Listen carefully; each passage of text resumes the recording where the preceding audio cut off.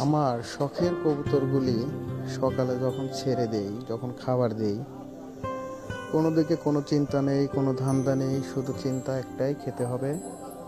কার আগে কে কিভাবে খেতে পারে। ভালো লাগে, খুব ভালো লাগে এদের সঙ্গে সময় পার করতে, এদেরকে খাবার খাওয়াতে।